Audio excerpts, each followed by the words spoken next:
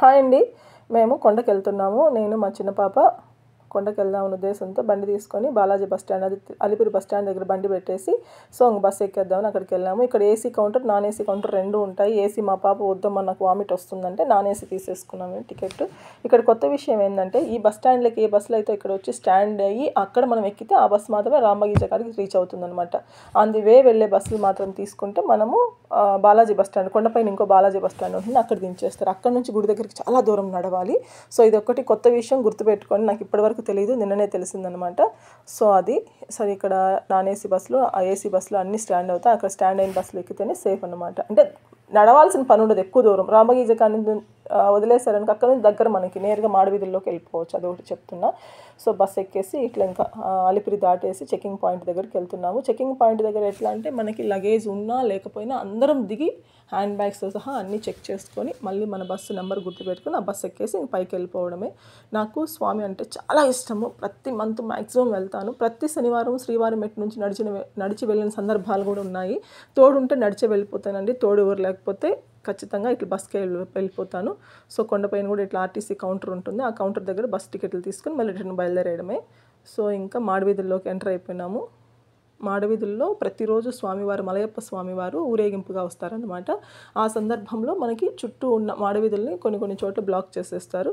అందుకనేసి మేము వరాహస్వామి గుడికి వెళ్ళడానికి చాలా దూరం చుట్టుకొని గుడి అంతా చుట్టి చాలా దూరం వెళ్ళేసి మొత్తానికైతే మాడవీధుల్లో ప్రదక్షిణ చేయకుండానే లోపలికి వెళ్ళిపోయాం. వరాహస్వామి దర్శనానికి వెళ్ళిపోయాం నేరుగా. వరాహస్వామి దర్శనం ముందు మనము వెంకటాచలంకి చేరుకున్నప్పుడు ఫస్ట్ దర్శనం మనకి వరాహస్వామిని దర్శించుకోవాలి, తర్వాతే స్వామివారి దర్శనం చేసుకోవాలా. ఇక్కడ స్వామివారి ఊరేగింపు కూడా అయిపోయింది. మనకి గర్భగుడిలో ఉన్న స్వామివారిని చూడకపోయినా అట్లీస్ట్ ఉత్సవమూర్తులన్నా చూసినామని తృప్తి అయితే కలిగింది. నాకు చాలా హ్యాపీగా అనిపించింది. ఇంకా వరాహస్వామి దర్శనం చేసుకొని బయట వచ్చేసి ఇంకా మాడవీధుల ప్రదక్షిణ చేసేస్తాము. ఆ మాడవీధులు అంటే తిరుమాడవీధుల్లో స్వామివారు ఎప్పుడైతే ఊరేగింపుగా తిరుగుతూ ఉంటారో బ్రహ్మోత్సవాల టైంలో దాన్ని మాడవీధులు అంటారనమాట. మాడవీధులని చాలా పవిత్రంగా చూస్తారు. అట్లీస్ట్ ఎవరు చెప్పులు కూడా వేసుకుని నడవకూడదండి, చాలా పాపము. ఎందుకంటే బ్రహ్మోత్సవాల టైంలో కానీ రిమైనింగ్ టైంలో ఆ చుట్టూ ముక్కోటి దేవతలు తిరుగుతూ ఉంటారనమాట. అది బాగా నమ్ముతాం మేము, లోకల్ వాళ్ళైనా. బయట తెలియని వాళ్ళైతే మనకు తెలియదులే కానీ మేమైతే చాలా నమ్ముతాము. అందుకని చెప్పులు వేసుకోకుండా ఇప్పుడు ప్రదక్షిణాలు అయితే మాడవీధి ప్రదక్షిణాలు చేసేసి వచ్చేస్తానమాట. చూడండి, మాడవీధి ప్రదక్షిణ స్టార్ట్ చేసాం. వరాహస్వామి దర్శనం అయిపోయిన తర్వాత ఇంకక్కడ స్వామివారు గర్భగుడిలోకి వెళ్తున్నారు, మలయప్ప స్వామివారు. ఆ స్వామి లోపలికి వెళ్ళిపోతే ఇంకా ఓపెన్ అవుతాయి అన్ని గేట్లు అనమాట. మాడవీధుల గేట్లు అన్నీ ఓపెన్ అవుతాయి కాబట్టి వెళ్ళిపోవచ్చు అనే ఉద్దేశంతో అక్కడే ఉన్నామన్నమాట. చూడండి, జనాలు ఎంత క్రౌడ్ ఉన్నారంటే అంత క్రౌడ్ ఉన్నారు. అయినా కానీ నాకు ఎప్పుడు కూడా స్వామి దర్శనం కాలేదనే బాధ అయితే ఉండదు. ఎందుకంటే మ్యాక్సిమం ట్రై చేస్తాము, కుదరని పక్షంలో వదిలేస్తాము. నాకు జస్ట్ వరాహస్వామి ఆ కొండ ఎక్కి దిగితే చాలు అన్నంత తృప్తి ఉంటుంది. నాకు స్వామిని చూశాను. ఆ కొండపైన ప్రతి చెట్టులో, ప్రతి పువ్వులో, రాయిలో, రప్పలో స్వామి ఉన్నాడని నమ్మే పిచ్చితనం అనాలో భక్తి అనాలో నాకు తెలియదు. నాకు అంత ఇష్టం కాబట్టి నేను అది ఉంటే చాలు అన్నట్టు వెళ్ళిపోతాను నేను. నాకు దర్శనమే కావాలని ఏం లేదు. వరాహస్వామి దర్శనం, మాడవీధుల ప్రదక్షిణ, బేడి ఆంజనేయ స్వామి దర్శనం అంతే దిగేస్తానమాట. ఇక్కడ వచ్చేసి సహస్ర దీపాలంకరణ సేవ జరిగింది. ప్రతిరోజు ఈవినింగ్ ఈ సేవ జరుగుతుందనమాట. మేము వెళ్ళేటప్పటికి కూడా అప్పుడే స్వామివారి లోపలికి వెళ్ళిపోయినట్లున్నారు. దీపాలు అయితే ఇంకా వెలుగుతున్నాయి. ఇంకా ఇట్లా చూడండి జనాలు. ఈ గోపురం చూస్తే కూడా ఎంత మనసుకు ప్రశాంతంగా ఉంటుందో. ఇక్కడ కళావేదిక మీద టీటీడీ కళావేదిక అని ఉంటుంది అక్కడ. ఆ కళావేదిక మీద వీణ అవంతా వాయిస్తున్నారు, సంగీత వాయిద్యాలను వాయిస్తున్నారు. చాలా బాగుండింది అది కూడా. ఇంకా అక్కడ స్వామివారిని చూసేసుకొని ఆంజనేయ స్వామి దర్శనం చేసేసుకున్న తర్వాత దీపాలు వెలిగించి టెంకాయలు కొట్టేసి హారతులు ఇచ్చేసి అక్కడ నుంచి బయలుదేరేసాము. జనరల్గా వెళ్ళిన ప్రతిసారి పిండి దీపం అయితే పెడతామండి. అఖిలాండం దగ్గర కానీ లేకపోతే ఆ గొల్ల మండపం వెనకాల కానీ ఖచ్చితంగా పిండి దీపం నెయ్యి వేసి పిండి దీపం పెట్టే వస్తాం స్వామికి. అదన్నమాట మా తిరుమల ట్రిప్ అనకూడదులేండి.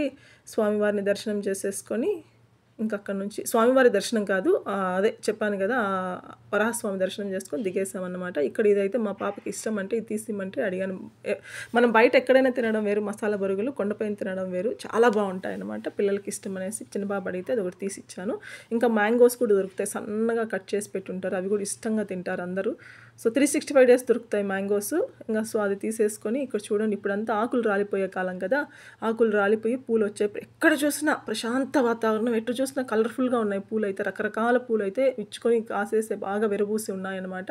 ఇక్కడ రాంబగీజ బస్ స్టాండ్ దగ్గరికి వచ్చేసరికి అన్నప్రసాదం వితరణ చేస్తా అన్నారు. సాంబార్ రైస్ మేమైతే ఒక బౌల్ మాత్రమే తీసుకున్నాం అనమాట. ఎందుకంటే ఆకలి అయితే మళ్ళీ మళ్ళీ పెడతారు, ఇచ్చారు కదా అని వేస్ట్ చేసి మాత్రం పడేయద్దండి. అన్నం పరబ్రహ్మ స్వరూపం అండి. సో ఎప్పుడు వేస్ట్ చేయడం, మళ్ళీ మళ్ళీ అడగండి, పెడతారే తప్ప తిన్న తర్వాత ఎంత కావాలని అంత మళ్ళీ ఇస్తారనమాట. అదొకటి గుర్తుపెట్టుకోండి. ఇది తిన్న తర్వాత పక్కనే జలప్రసాదం ఉంటుందండి, టీటీడీ వాళ్ళది వాటర్ ఉంటుంది, అక్కడ పట్టుకున్న తాగేసి ఇంకా నేరుగా బయలుదేరి వచ్చేసాము.